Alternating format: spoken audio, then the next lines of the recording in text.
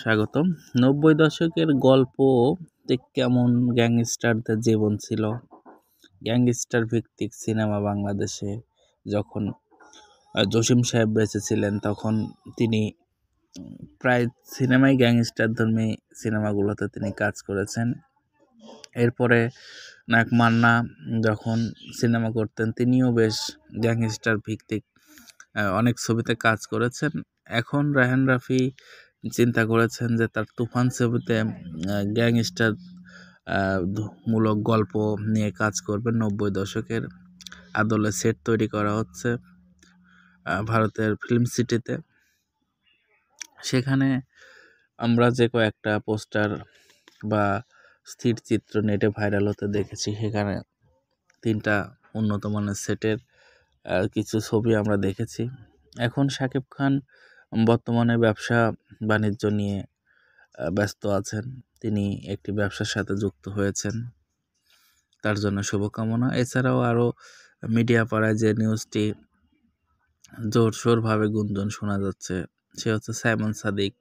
তিনি পদত্যাগ করেছেন শিল্পী সমিতির পদ থেকে। তিনি নির্বাচিত একজন শিল্পী সমিতির সদস্য ছিলেন। তিনি তার শেষ বাজে সিনেমাটি মুক্তি পেয়েছিল তার এই গেল শুক্রবারে, যেখানে তার মেন গুরুত্বপূর্ণ চরিত্রে তিনি অভিনয় করেছেন, তিনি হিরো। সেখান থেকে তার 3টা ছবি মুক্তি পায়, হুব্বা এবং কাগজের বউ এবং শেষবাজি।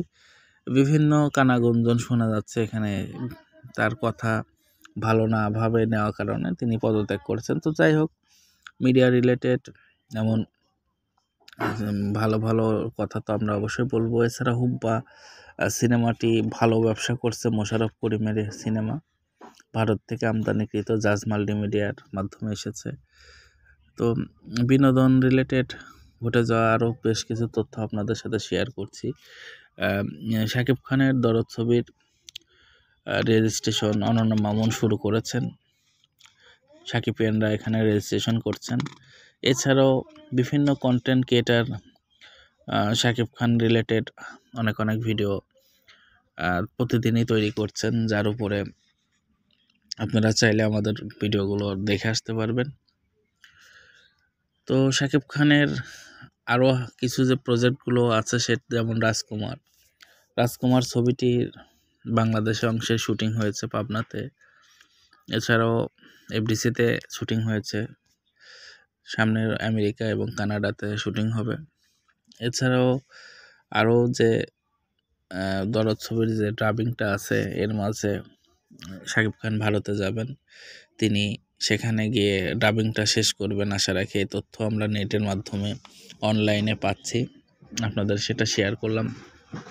এছাড়াও সাইমন সাদিকের পদত্যাগ, কাগজের বউ এবং শেষবাজের রিপোর্ট ভালো, দর্শক মতামত ভালো। হুব্বা তো মোশাররফ করিমের ছবি, এটা দর্শক আলাদাভাবে গ্রহণ করেছে। আমরা আপনাদেরকে হল লিস্ট দিয়ে দেব। তো প্রিয় দর্শক, ভালো লাগলে অবশ্যই আমাদের সাথে থাকবেন। ধন্যবাদ ভিডিওটি দেখার জন্য। স্বাগতম।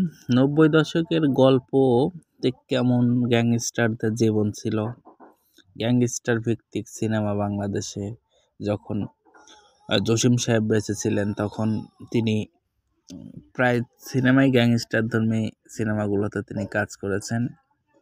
এরপরে নায়ক মান্না যখন সিনেমা